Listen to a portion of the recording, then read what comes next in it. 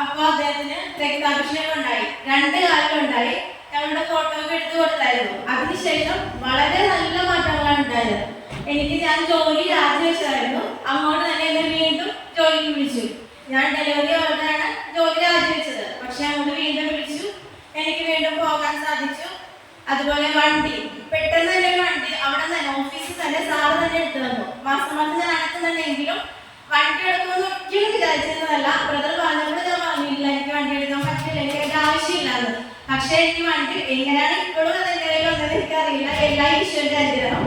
അതുകൂടാതെ ഭർത്താവിന്റെ കച്ചവടമാണ്, വലിയ വരുമാനമൊന്നുമില്ല, ഒത്തിരി പ്രശ്നങ്ങളുണ്ട് ലൈഫില്. പെട്ടെന്ന് ഇവിടുന്ന് ധ്യാനം കൂടി ഞായറാഴ്ചയാണ് ഞങ്ങൾ പോകുന്നത്.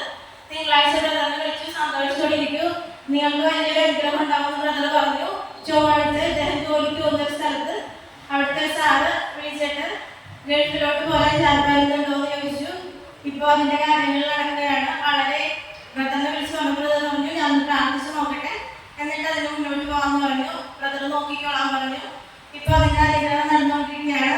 അദ്ദേഹത്തിന് പോകാനുള്ള കാര്യങ്ങളൊക്കെ ഒരുക്കിക്കൊണ്ടിരിക്കുന്നു. യേശുവേ നന്ദി. എല്ലാ പ്രസംഗമാണ് എത്ര പെട്ടെന്ന് പുറത്തേക്ക് പോകാനുള്ള അനുഗ്രഹം ഈ മകന് നൽകണമേ.